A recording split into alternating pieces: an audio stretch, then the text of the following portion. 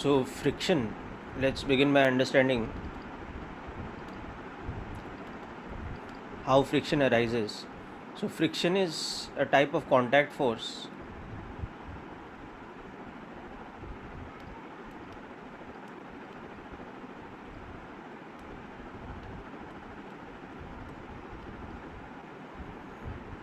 between two so-called rough surfaces.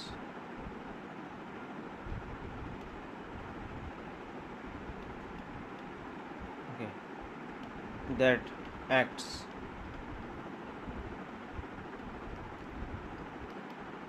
when there is slipping between them,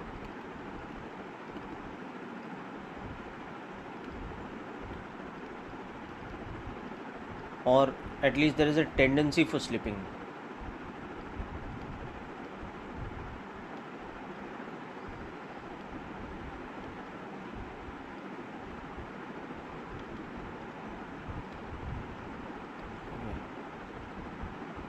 And acts tangentially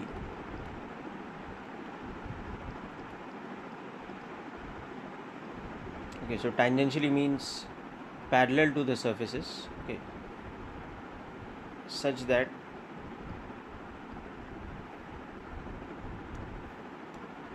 it tends to oppose the slipping.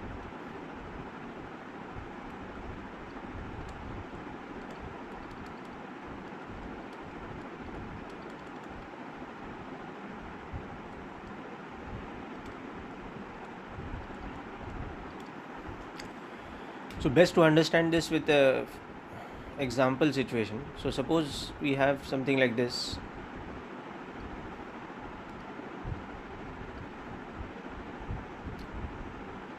We have a block placed on a rough surface.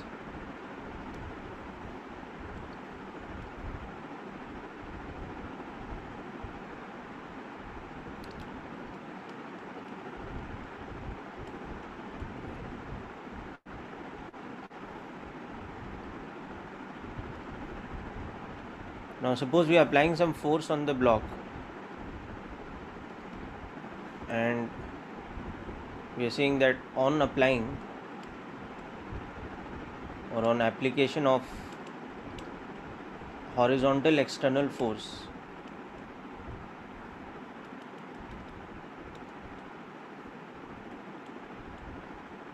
F, on a block of mass m placed on a rough horizontal surface.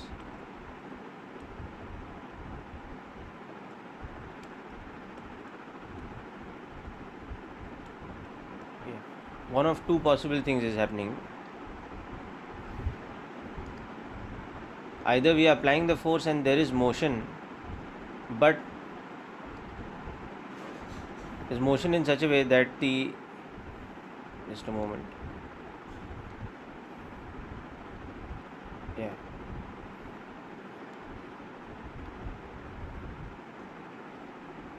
Okay, so this example situation, yeah. So we are applying this force in such a way such that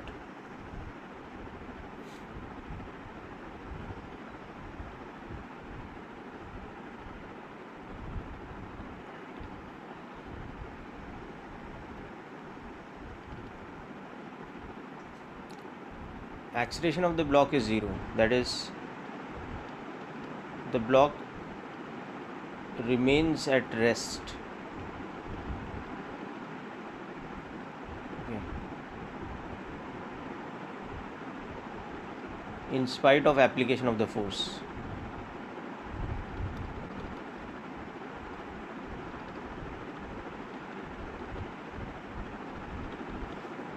Okay. So that means here what it means is that there is a type of friction acting called static friction.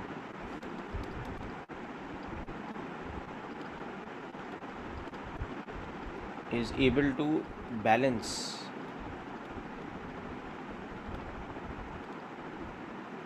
F and prevent slipping altogether.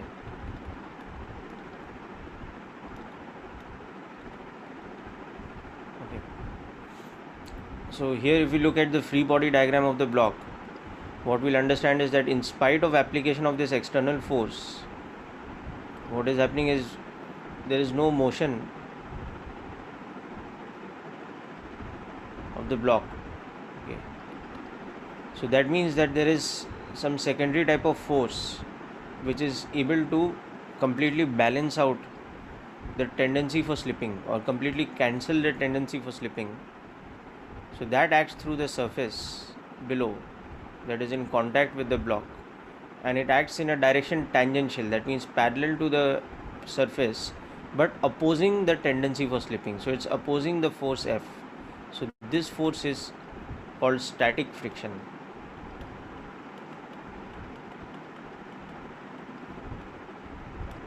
Because it is a friction that acts on a static body. Okay. Of course, apart from this, there are the two other forces, weight and normal reaction, and they are balancing each other.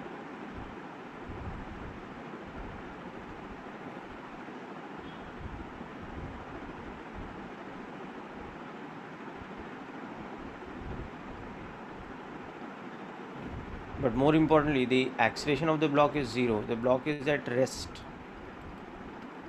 okay, in the inertial frame, in the inertial ground frame. Okay. Because what is happening is static friction, it is the friction that acts on a body at rest with respect to the surface it is in contact with.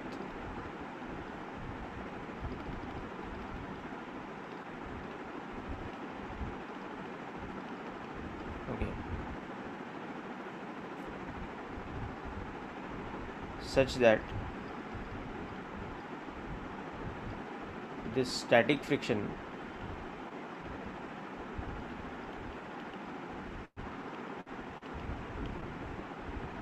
balances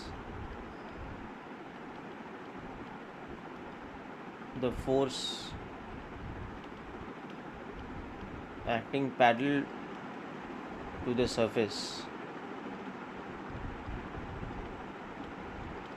giving the body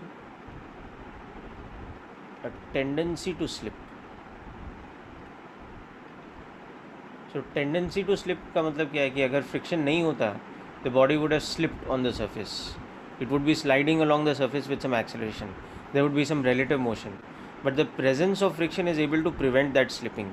So when that happens, the type of friction that acts is called static friction. Okay. So this is the first case scenario of this situation. So just make a note of this. Okay. I'll take you back to the definition of friction that we've written above. Okay. Then we come back to the first case of friction within this example.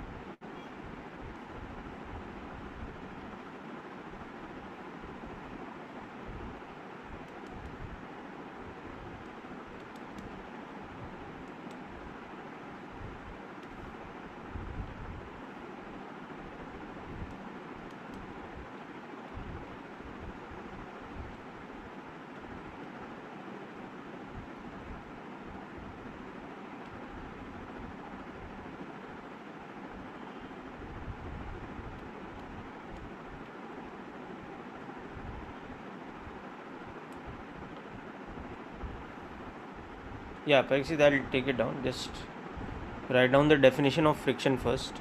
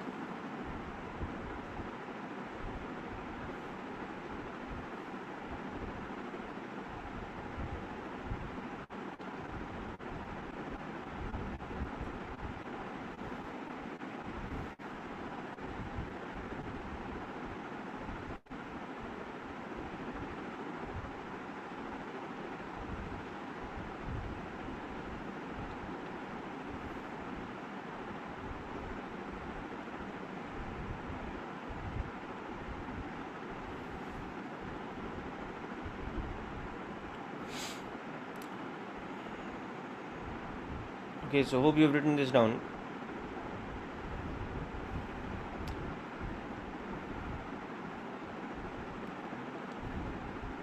Now, second case scenario is also possible here.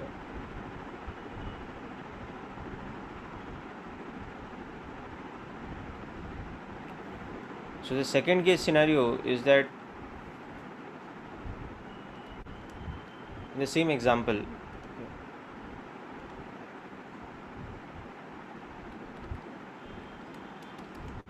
is that on application of the force F, okay, the block starts slipping on the surface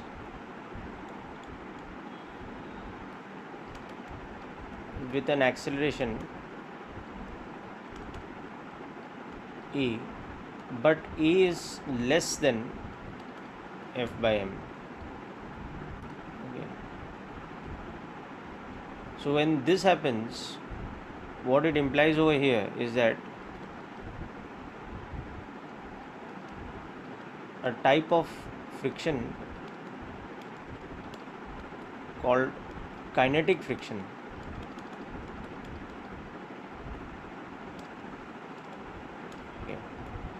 acts tangentially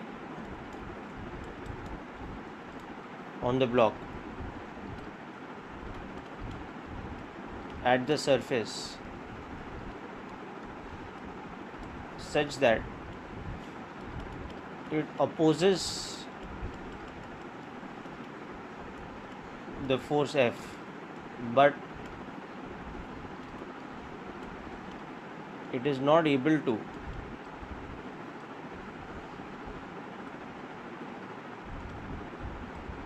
balance F. So this type of force is called kinetic friction. So kinetic friction is the friction, I can say frictional force between two surfaces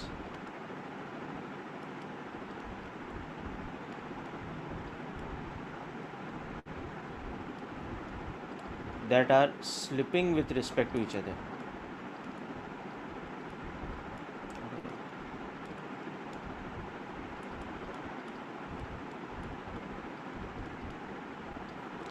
So this time when we look at the free body diagram of the block,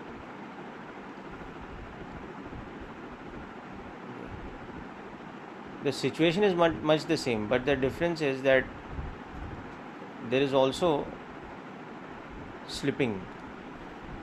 The forces act in the similar way like we've seen before, but this external force F is now not able to, the friction is now not able to balance. So it is called kinetic friction, which will denote with Fk. Okay. So what happens is that capital F dominates over kinetic friction.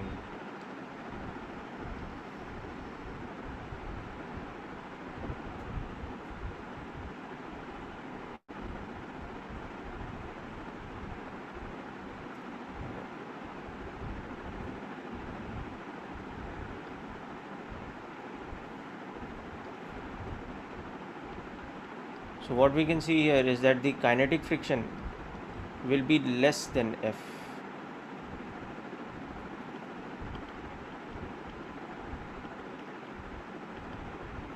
Okay. Such that F minus kinetic friction now becomes mass into acceleration. And therefore you can see that the acceleration is less than F by m.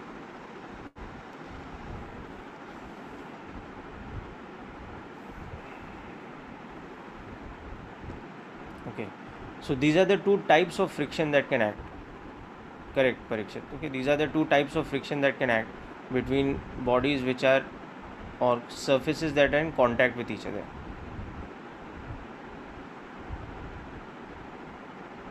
Uh, Varun, to answer your question, there is no constraint relation involved over here.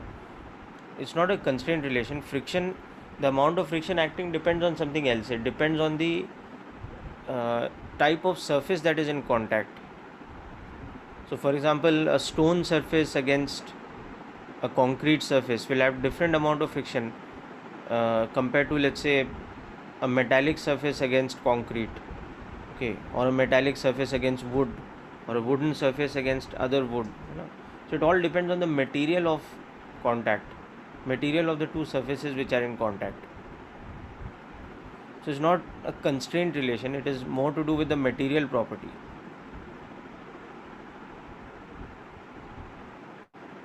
Yes, it can exactly balance. Kinetic friction can exactly balance F also, where acceleration will be tending to zero.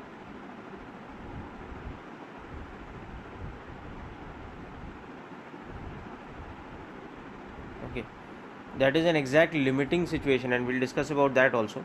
But the point is that kinetic friction acts when there is relative motion between the block and the surface, whereas static friction acts when there is no relative motion, or there is, the block should be at rest with respect to the surface.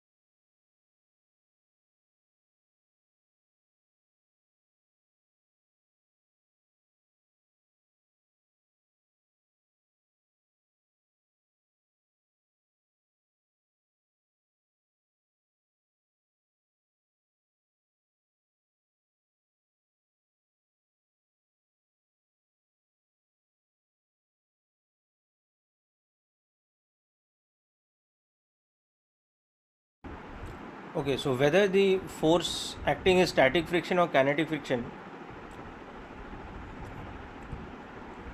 it doesn't really depend on the force F. It more depends on whether the block is at rest on the surface or it is moving. Okay, so let's understand this with an example further.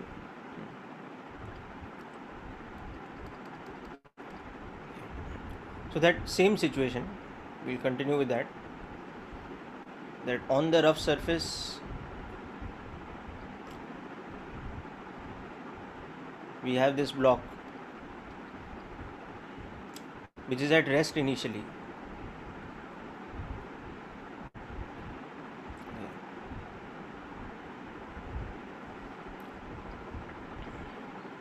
So this is a block of mass, let us say 5 kilograms.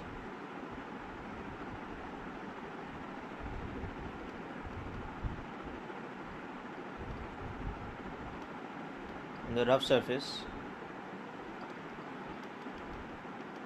at rest initially. Okay, now at time t equal to 0, we start by applying a force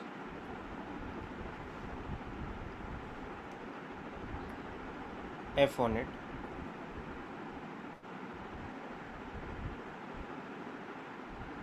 Okay, so in the first situation, force of magnitude, let us say 15 newtons, acts on the block. Okay, and the block remains at rest. Okay, then after some time,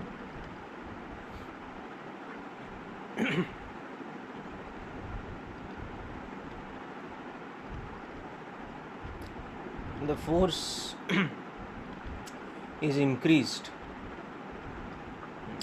F is a horizontal external force.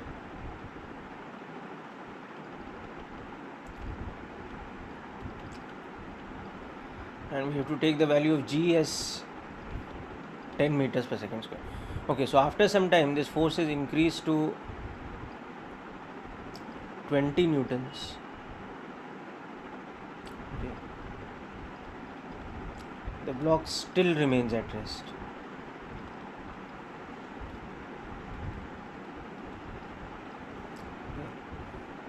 Okay. Then after some time,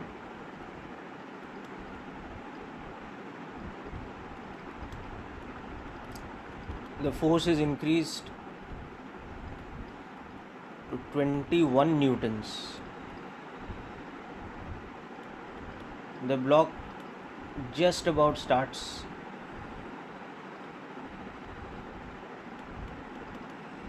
moving. So it is slipping with an acceleration tending to 0. Okay, and after some time,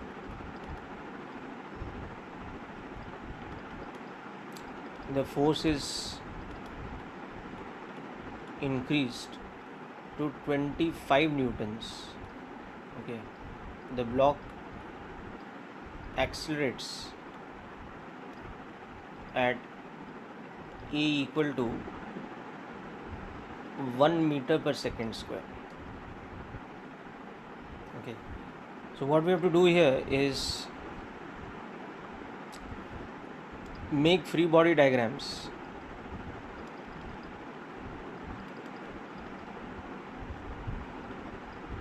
for each of the 4 cases. Okay, and find the magnitude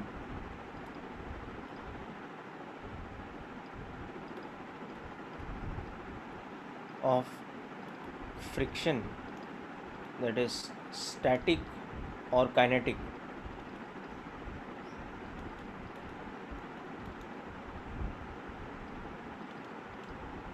acting on it.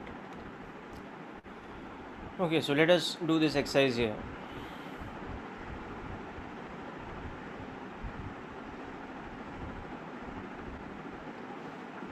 Yeah, so that is what we'll understand through this example, Varun, that static friction has a certain limiting value. Okay, it cannot increase beyond that. So each case has its own value of friction acting on the block. Okay, so here, for example, in case 1, when we make the free body diagram of the block, this force that we are applying is of 15 newtons, right? And the acceleration of the block is 0, it is at rest. So the type of friction acting is static friction at the surface, and the static friction is exactly balancing F. So the static friction is of magnitude 15 newtons. Okay, and of course apart from that you have the vertical forces mg, which is 50 newtons, and normal reaction, which will also be 50 newtons. Balance this. Right, so in the first case, when F was 15 newtons, this much static friction acts opposing F.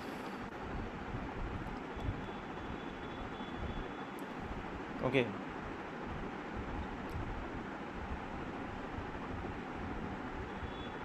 Now similarly in the second case, what is happening? Actually the same thing is observed, but only when we analyze, the force is increased to 20 newtons. So the static friction also has to increase from 15 newtons to 20 newtons. And how we know it has increased to 20 newtons? Because we are observing that the block is at rest. It continues to be at rest. So that means the static friction continues to balance the external force.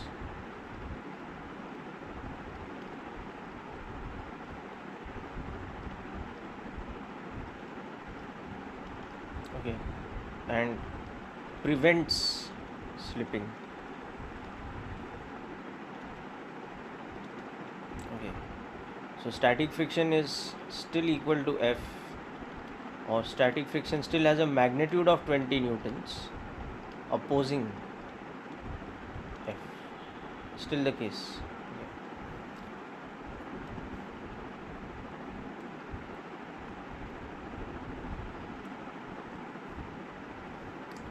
But in the third case, what we are observing is that when we increase the force to 21 newtons,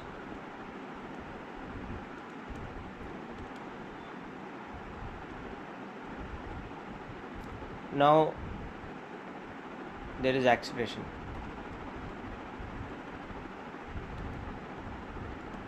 Slipping just starts. So the acceleration is tending to 0.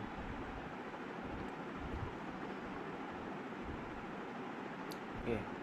So this has changed from static friction to kinetic friction now. Okay.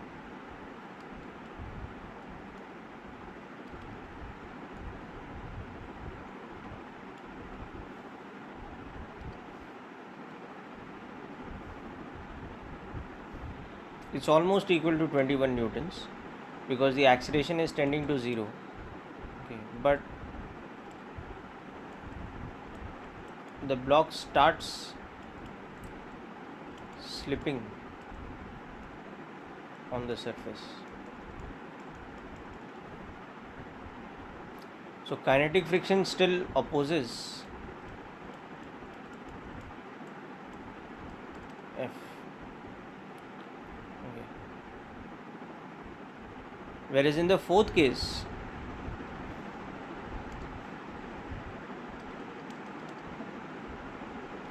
when we are increasing the force all the way to 25 newtons,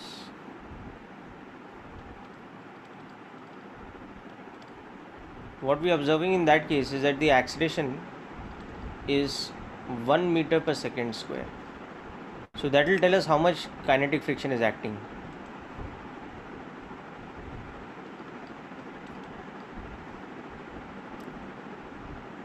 So here we will understand that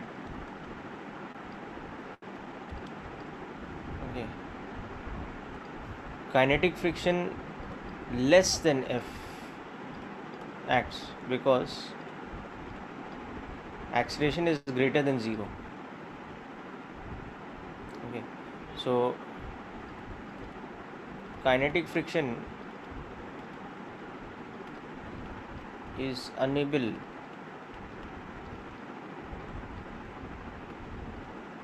to balance F. So the body is slipping with acceleration.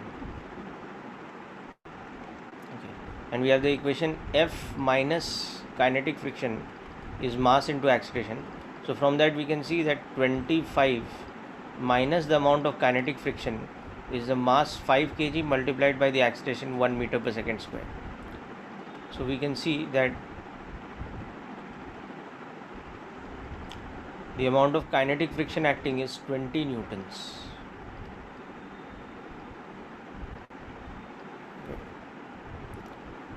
This situation.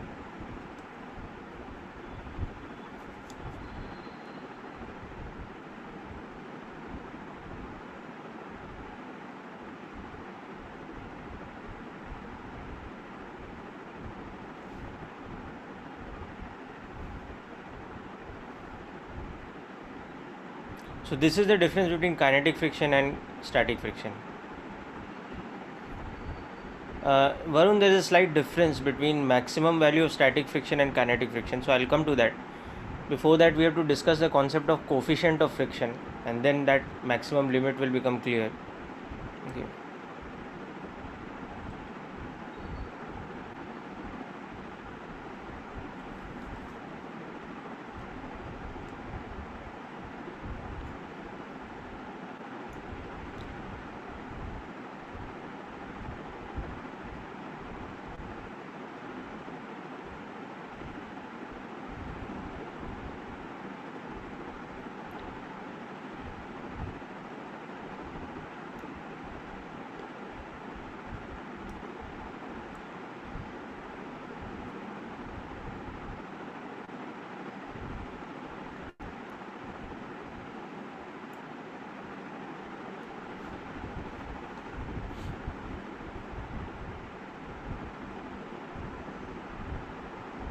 Yeah.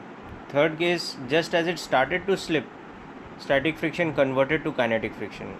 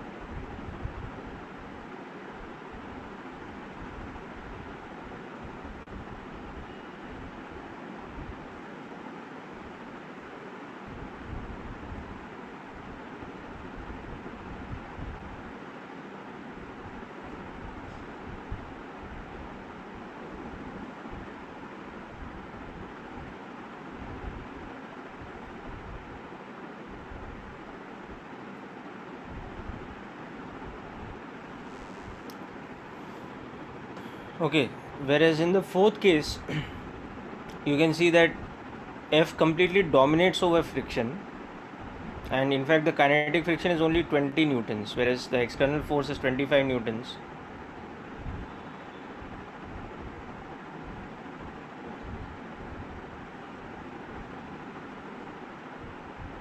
Okay.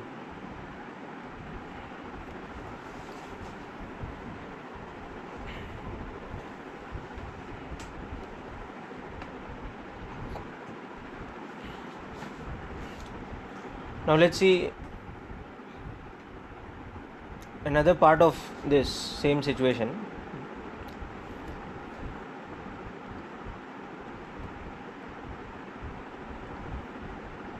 So fifth part, in the same situation above,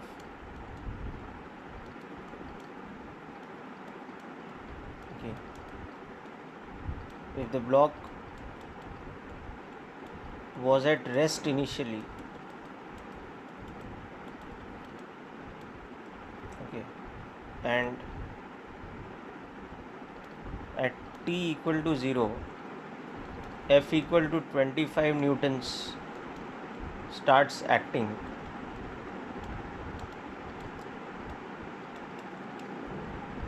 continuously, okay, the block is observed to accelerate at e equal to 1 meters per second square. Okay. Now this force F equal to 25 newtons, okay, acts for, let's say, 10 seconds, okay, and is withdrawn after that. Okay, withdrawn means it stops acting. Okay. So first of all, find the speed v of the block at t equal to 10 seconds. Then secondly,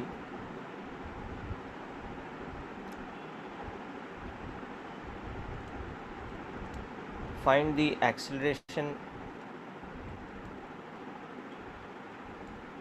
or deceleration of the block after t equal to 10 seconds. Okay. What type of friction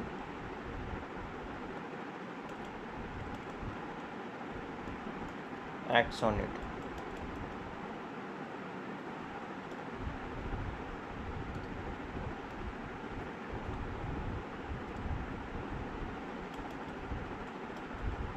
Okay. Then find the time taken for the block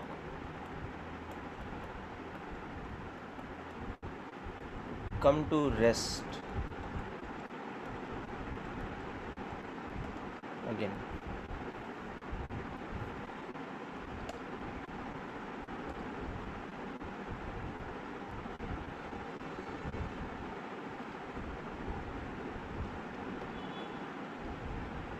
And how much friction acts after the block comes to rest. Okay, just work this out. We will discuss this in detail. Just work this out.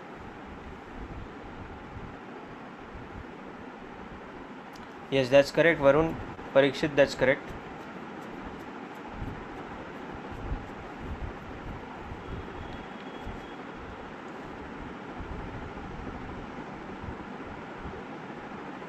That's also correct.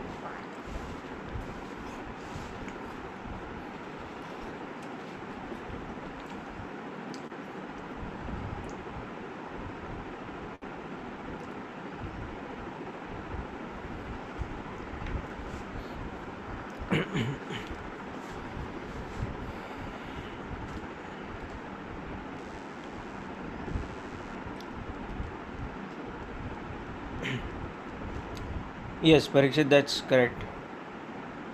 Okay, so let us understand each of these cases. So what is happening is, from t equal to 0 to 10 seconds,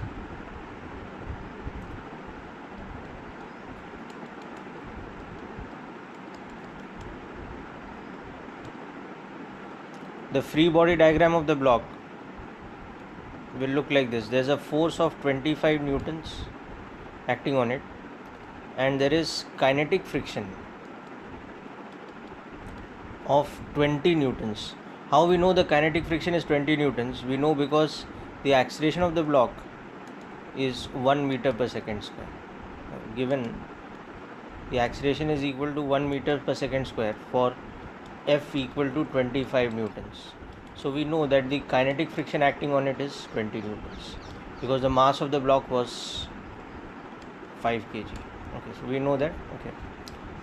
So what will happen is that if we look at the velocity time graph from 0 to 10 seconds, we will see that it's a linear equation. Okay, so it will increase to 10 meters per second. Okay, because v will be equal to at because u was 0. So velocity as a function of time will become 1 meter per second square into t for t going from 0 to 10 seconds. Okay, so therefore velocity will be 10 meters per second at t equal to 10 seconds. So that's the other thing. This will be the answer of the B part. Okay, or that's the answer of the A part.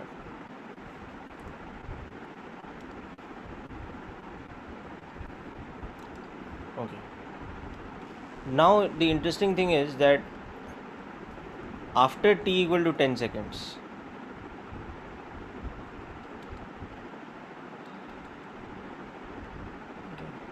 what is happening is we stopped applying the force on the block, but for some time the block is moving with some velocity v, so it is slipping on the surface. So what type of friction will act? Kinetic friction. And how it will act? It will oppose the slipping. So even though there is no external force, but kinetic friction of 20 newtons will still continue to act. So for t greater than 0, while the block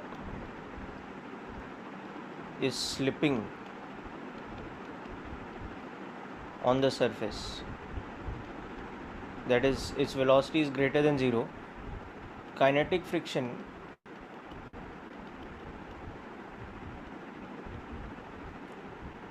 of 20 newtons continues to act. Okay, it continues to act even though there is no external force F. Okay, and it continues to act such that it opposes slipping. It opposes the direction of slipping. So this time this kinetic friction creates a deceleration. Let's say E prime. So that is the important concept over here.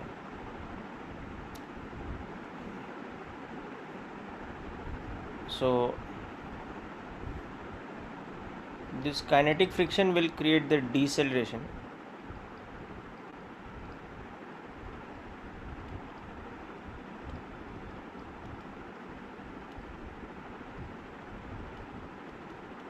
Okay. So the body decelerates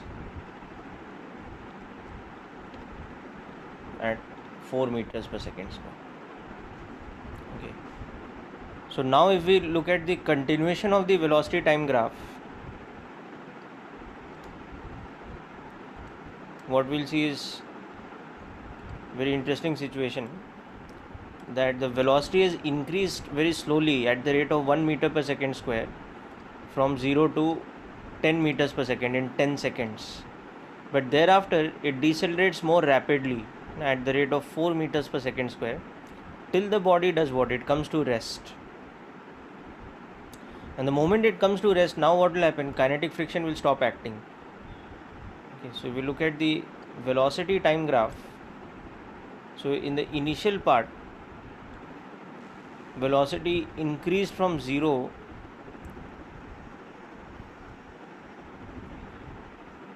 to 10 meters per second at an acceleration of plus 1 meter per second square. Increased to 10 in 10 seconds. Like this, okay. But then the decelerated part of the motion starts. So in one dimensional language we will say it has a negative acceleration, and what happens is that it comes to rest much faster. So it has a deceleration, so we'll write it with minus sign, 4 meters per second square. Okay, so from u equal to 10 meters per second to v equal to 0 at a prime equal to minus 4 meters per second square. So the time interval taken is 10 divided by 4 or 2.5 seconds. So this total time here will become 12.5 seconds.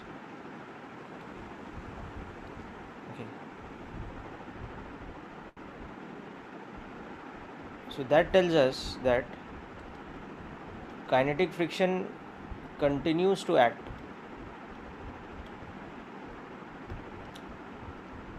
from t equal to 10 seconds to t equal to 12.5 seconds, creating a deceleration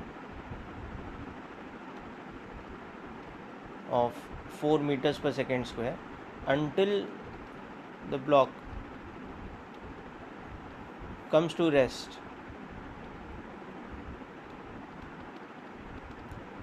at t equal to 12.5 seconds. Okay, and after that friction stops acting altogether because there is no external force and there is no slipping. Okay, so after 12.5 seconds friction is 0.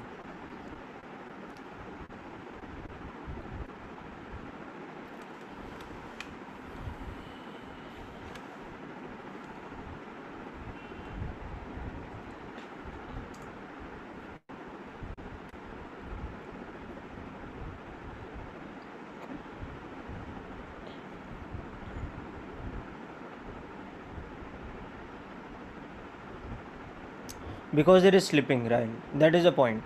Kinetic friction opposes slipping. It's not correct to say that it only opposes external force. Static friction opposes external force, but kinetic friction can also act in a situation where external force is absent but the body is already slipping. This is what this example was to show you about actually.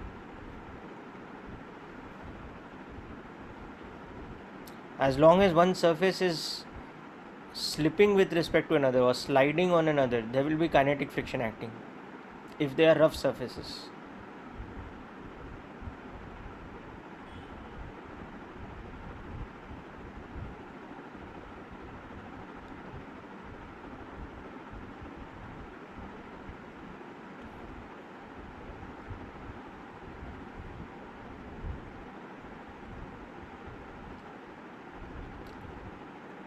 Okay, so what we understand from this is that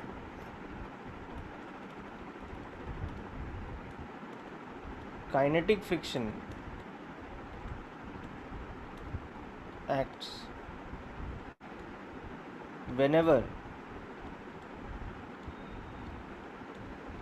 one surface is slipping on another. Okay. Irrespective of external force.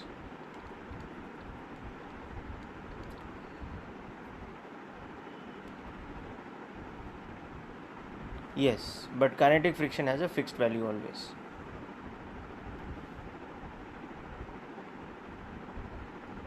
Okay. The other thing we'll understand through this example, if you take all the cases that we've discussed from the beginning, you'll understand why this is happening.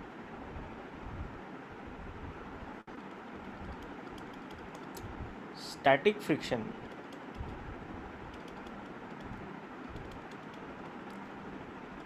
acts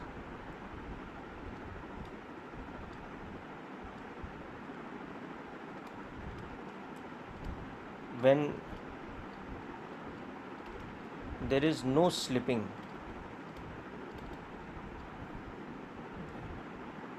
Very important. There should be no slipping. Or by slipping, what we mean, relative motion.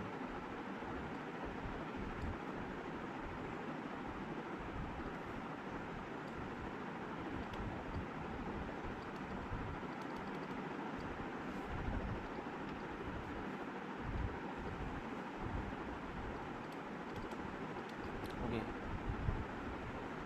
Between two surfaces in contact, but there is a tendency to slip.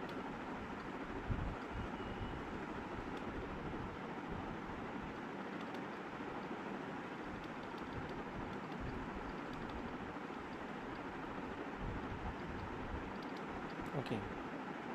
Due to some external force.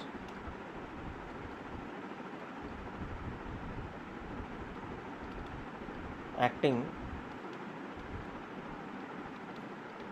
tangential to the surface. Okay. So static friction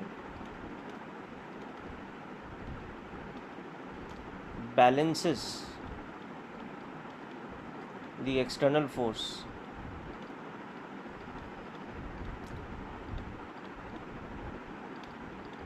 tangential to the surface. Okay. So therefore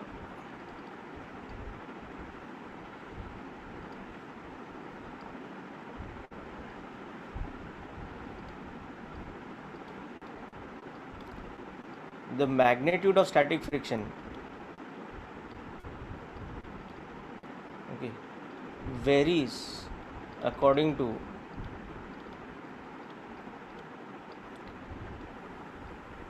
the tangential force Ft, let's say, because static friction balances Ft.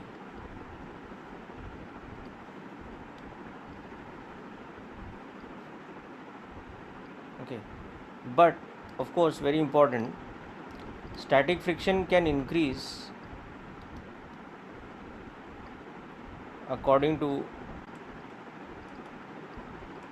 the tangential force Ft only up to a maximum limit.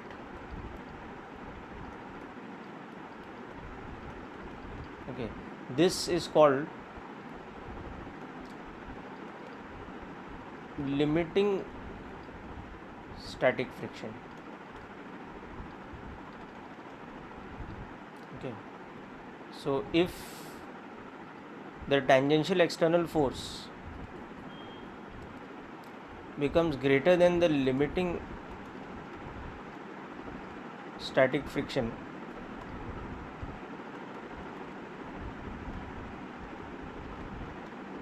then only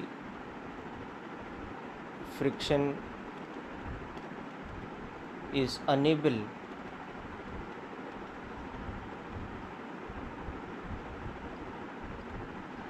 to prevent slipping.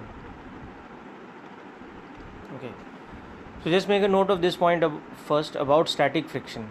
Okay, then we will come to about kinetic friction. This is all about static friction.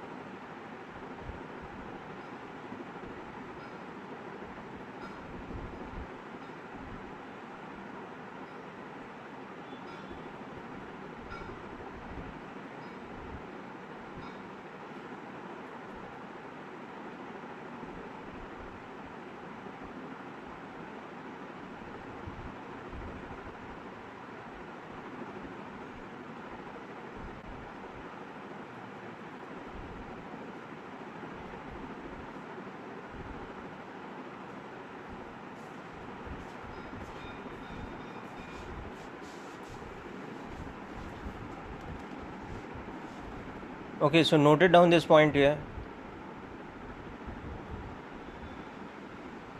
Okay, so now let's talk about this limiting static friction. So the limiting static friction,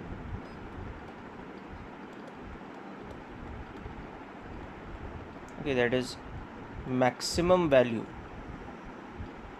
of static friction, depends on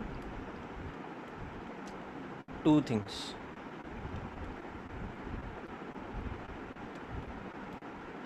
The normal reaction force,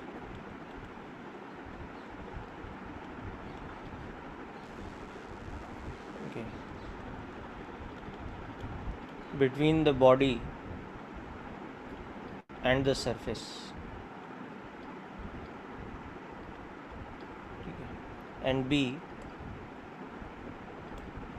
the materials of the body and the surface both. Okay, so in other words, the limiting static friction equals to a certain coefficient called coefficient of static friction multiplied by normal reaction. So this term mu s, it is called coefficient of static friction. Okay, it has a value less than 1, and the value of coefficient of static friction depends on the material of the surfaces.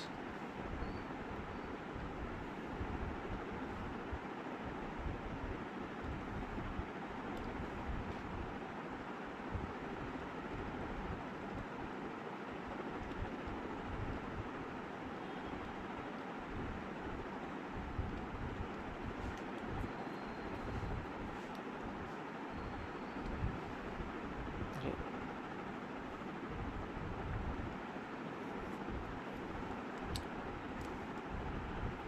So this is an important concept here.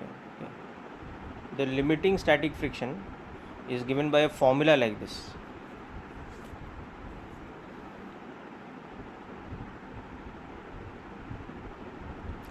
So this one is experimentally determined.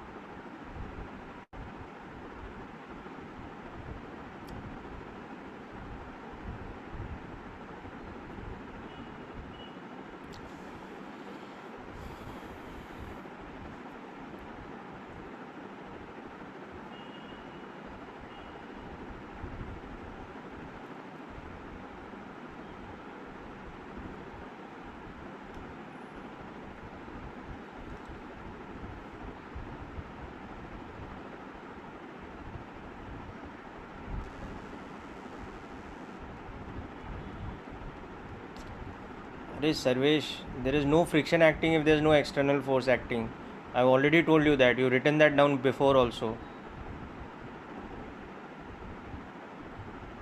अभी last part में वो लिखा ना कि when the external force stops acting and the body comes to rest, after it comes to rest, how much friction is acting? It's zero, na? Above also you've written that static friction acts to oppose the tangential force. It balances the tangential force. So when tangential force is 0, what about static friction? It will be 0.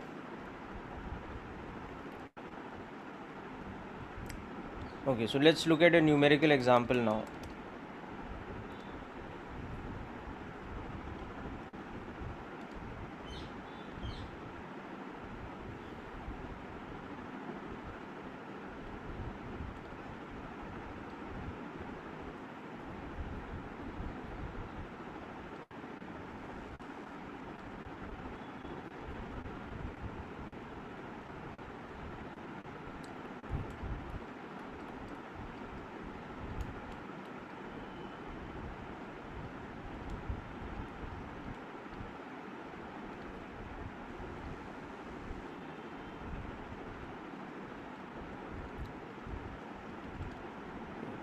So the block at rest does not move until the force F horizontal exceeds, let us say, 40 newtons. Okay, calculate the coefficient of static friction.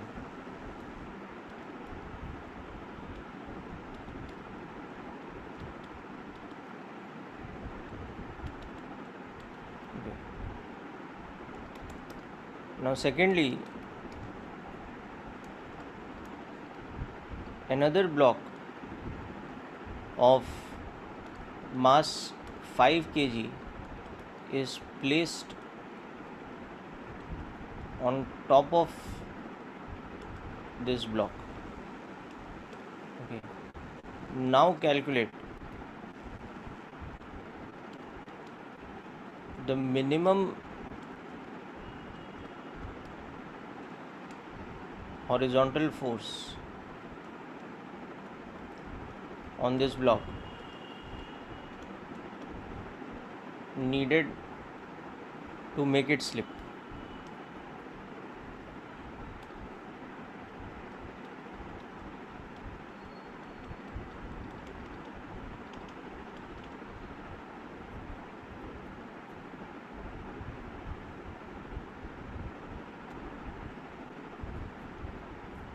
Yes, Varun, that's correct. Okay, work this question out quickly, people.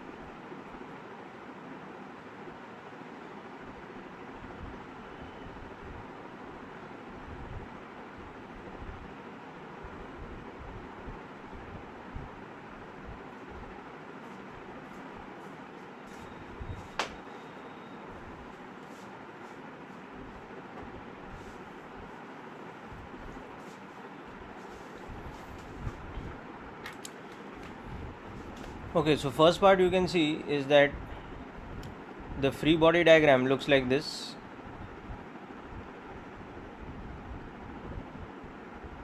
The weight of the block is how much? 100 newtons.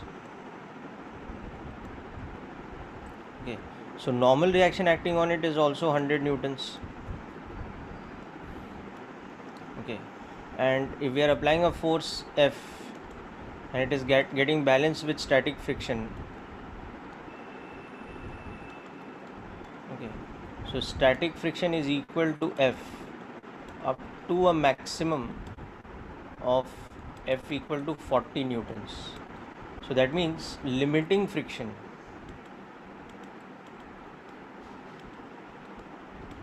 is equal to 40 newtons, or static friction's maximum value, which is equal to mu s into normal reaction, is 40.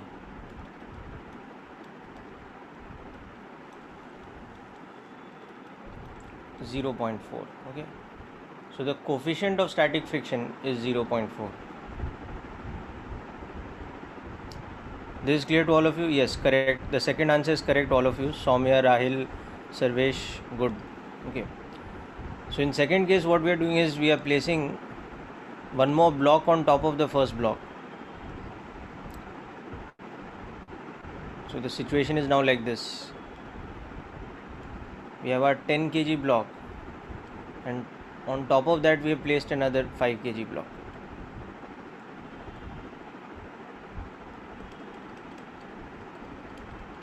Okay, and then we are applying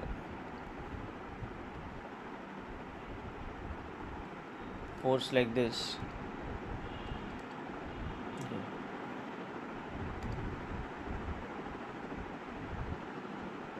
So this surface now has a coefficient of static friction we know is 0.4. So we want to find out maximum force or minimum force to make it move.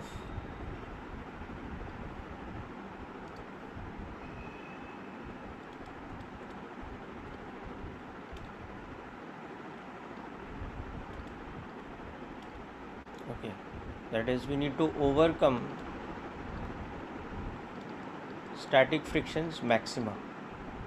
Okay, so static friction's maxima will be equal to mu s into normal reaction, where n is normal reaction between the floor and the block of 10 kg mass. Okay, so you look at the 10 kg mass block, you can see there's a downward normal reaction, let's say n prime acting, which is m prime g in magnitude, or 50 newtons. Okay, whereas there's its own weight, which is 100 newtons. So the normal reaction that the ground is applying on it is equal to mg plus m prime g. The sum of the weights, 150 newtons. So having applied an external force F like this,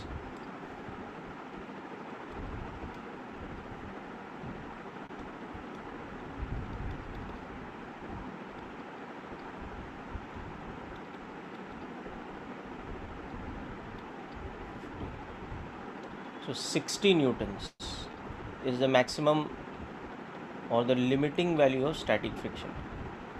So that becomes the answer of the second part.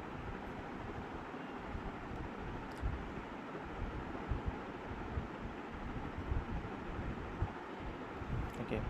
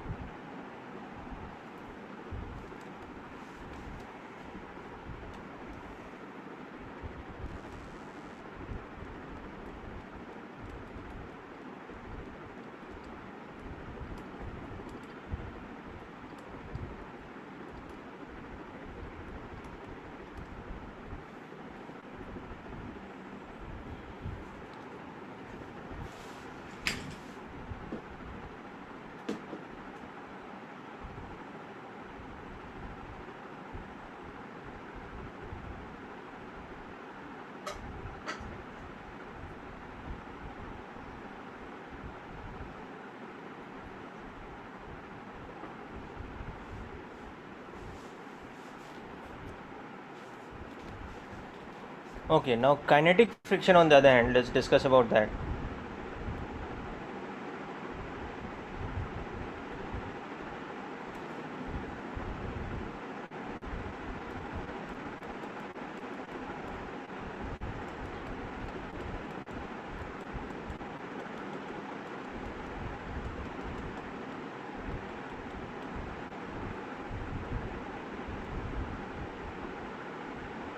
Okay, so first and foremost, kinetic friction acts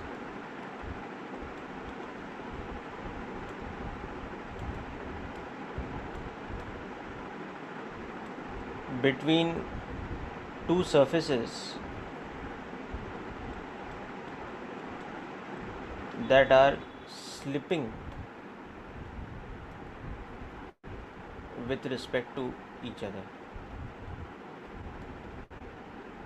Okay, and its direction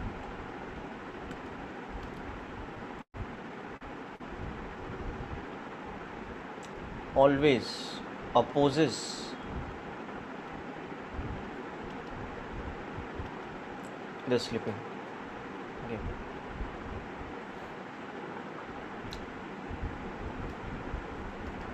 Kinetic friction acts regardless of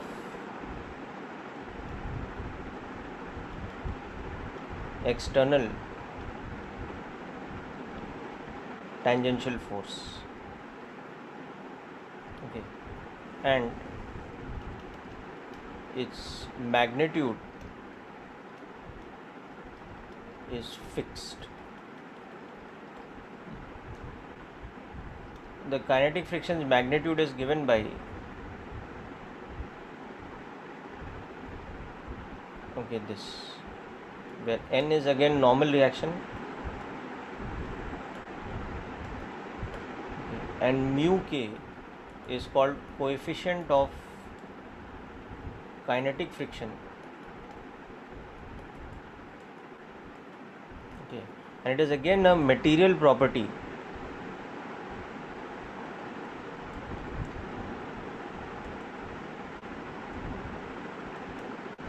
of the surfaces in contact.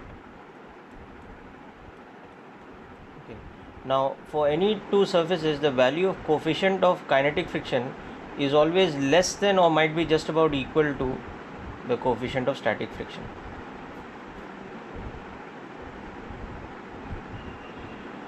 So, in certain cases, we will assume that coefficient of static friction is equal to coefficient of kinetic friction, and we take a common value mu. Whereas in certain other cases, they might be different values, and when they are different, always kinetic friction will be less than static friction.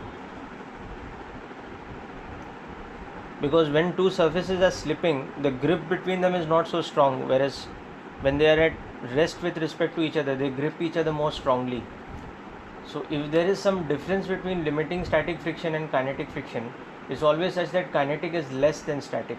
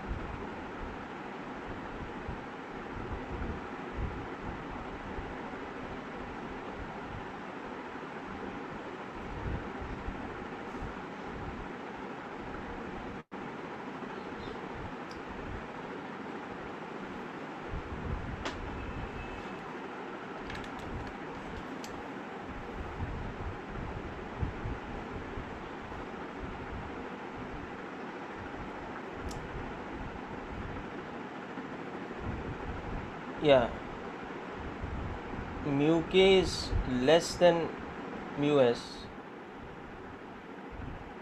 in most cases, because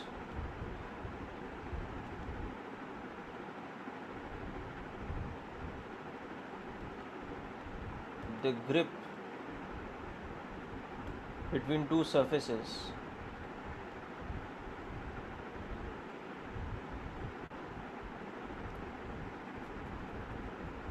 is better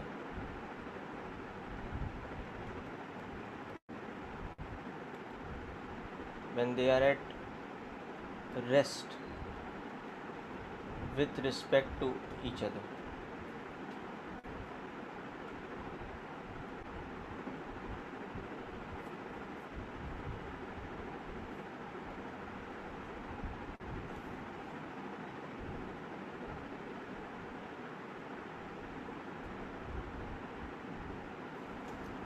Okay, let's look at a numerical example now to understand this whole thing better, especially the calculation part.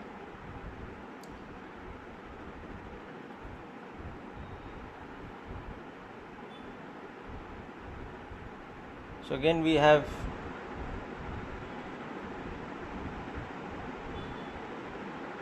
the same situation, a block placed on a rough surface.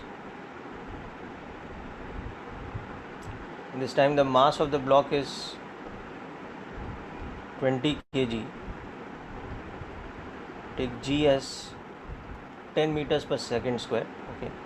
Now this surface has a coefficient of static friction equal to 0.5 and a coefficient of kinetic friction equal to 0.45. Okay. And now what we do is we start applying a force, but this time the force is applied in this way. It is applied like this. Okay.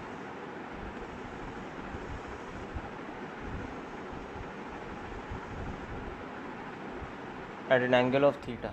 Okay. So the block is initially at rest.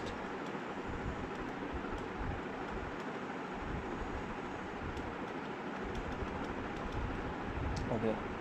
Then force F is applied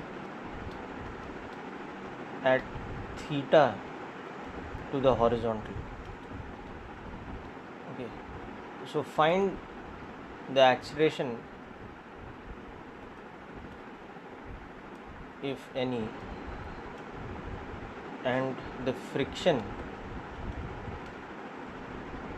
on the block when F is equal to 50 newtons at theta equal to 37 degrees.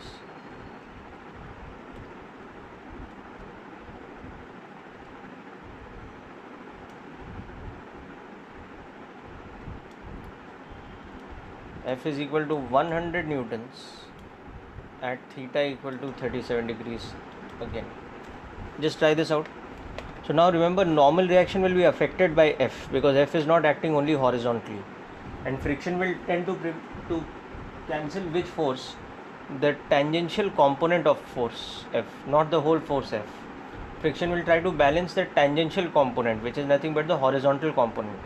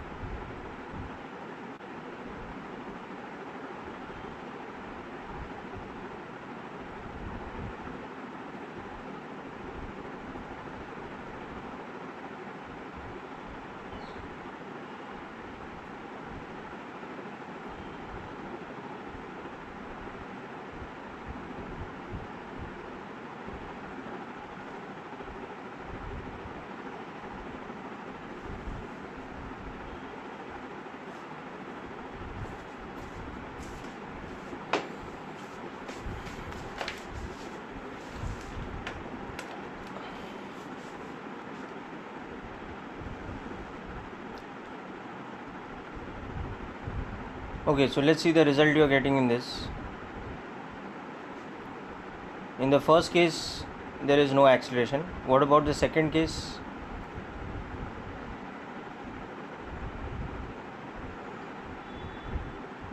So in case A,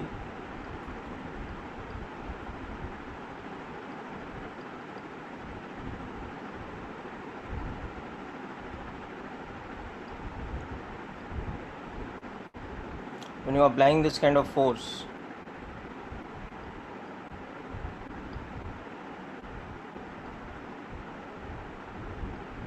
first let us check out how much the normal reaction is, then we will check about friction, okay, whether it is static, kinetic, whatever. So you have normal reaction is such that n plus f sine theta is equal to mg. So the normal reaction is mg, which is 200 minus f sine theta, which is 50 into 3 by 5. So the normal reaction is 170 newtons. Okay. So therefore the maximum static friction is 0.5 into 170, so 85 newtons is the maximum friction available to us. Okay. And tangential component,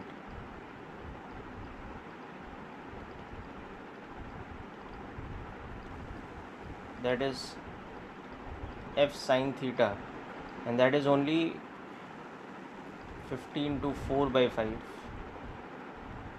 Sorry, f cos theta, my mistake.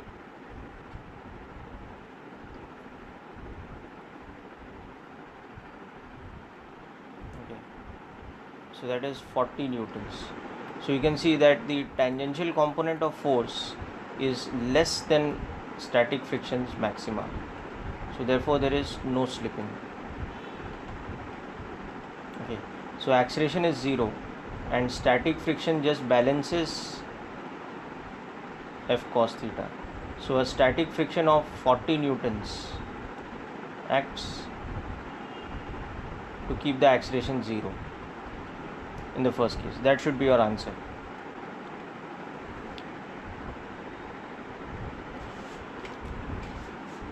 Right, this, okay. Now in the second case, let's check out what's happening.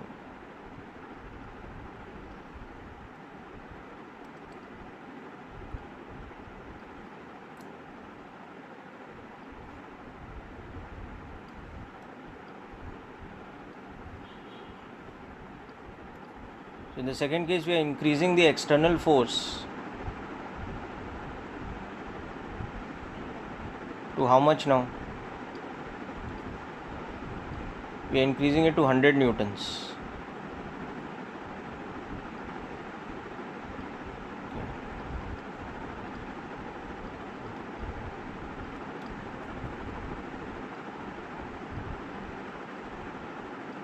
And theta is 37 degrees. So how that is going to affect the normal reaction, let's understand that first.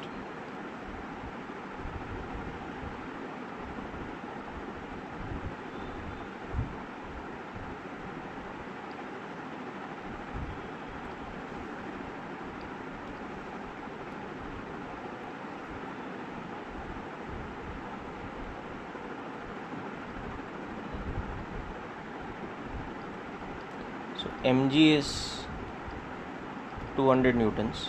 So first of all, let's understand about normal reaction. N is again mg minus f sine theta. So that's 200 minus 100 into 3 by 5. So that is 140 newtons.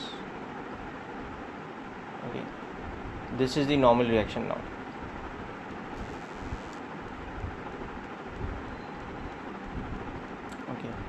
So therefore now we understand that static friction's maximum available value, limiting value, is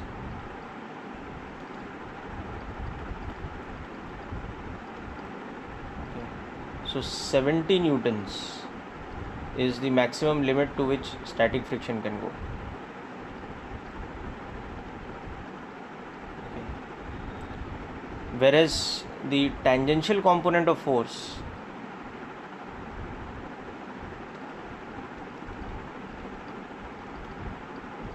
that is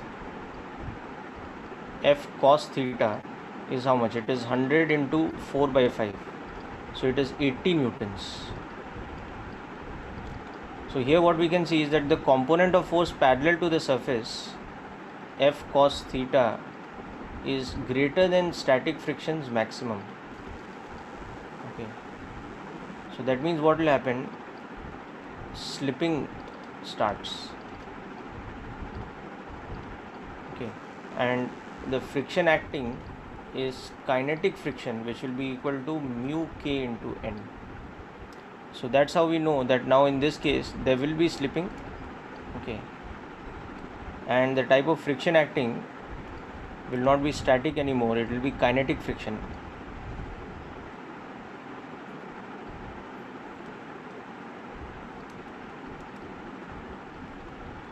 Okay. So coming back to our free body diagram equations, ये equation अभी कैसा हो जाएगा? It will be F cos theta minus kinetic friction is mass into acceleration. Now this coefficient of kinetic friction was 0.45 and normal reaction we saw is 140. Okay. So this is how much now?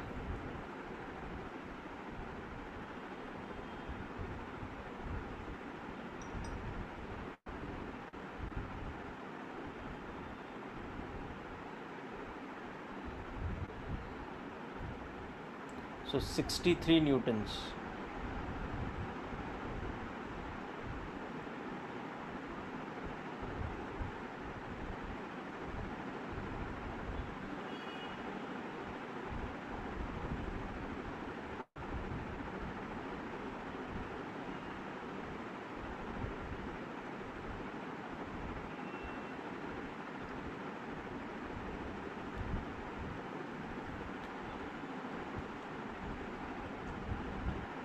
The kinetic friction.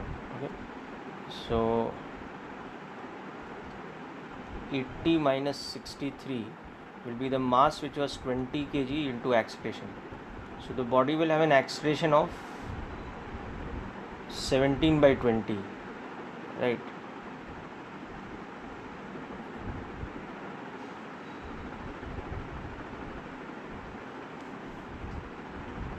So 0.85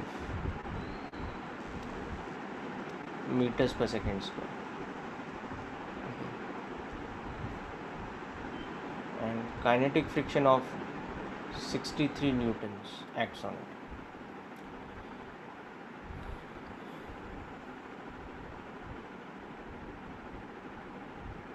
Yes, that's correct, Varun.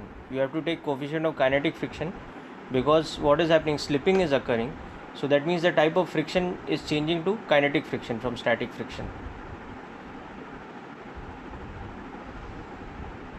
Okay, so remember, in general, static friction can go from anything up to this value for no slipping condition. Okay, whereas kinetic friction is just equal to mu k into n when slipping occurs. Just simple situation, just remember this concept, rest is easy.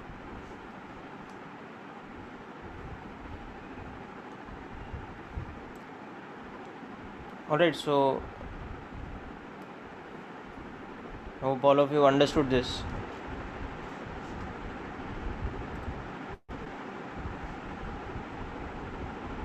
Okay, so read the chapter friction, okay, either from H.C. Verma preferable, or NCERT, that's also okay. If you don't have HC Verma, NCERT is also fine. And start solving examples, that is the illustrated examples from your booklet.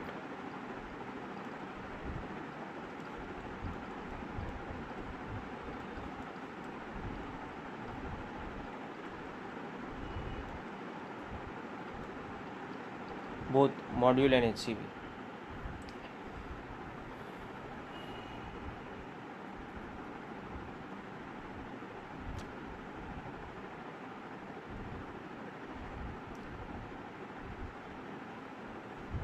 Alright, so that's the assignment thing for this week. Okay, I'll be sending a short assignment also, but before that you get started with these things. Okay, next time we will discuss things like friction on an inclined plane, etc. So if you read from HC Verma a little bit or from NCERT and you are familiar with it, it will definitely help. Okay, so that's it for today's class, people. Wishing you all the best and continue with your studies. Okay.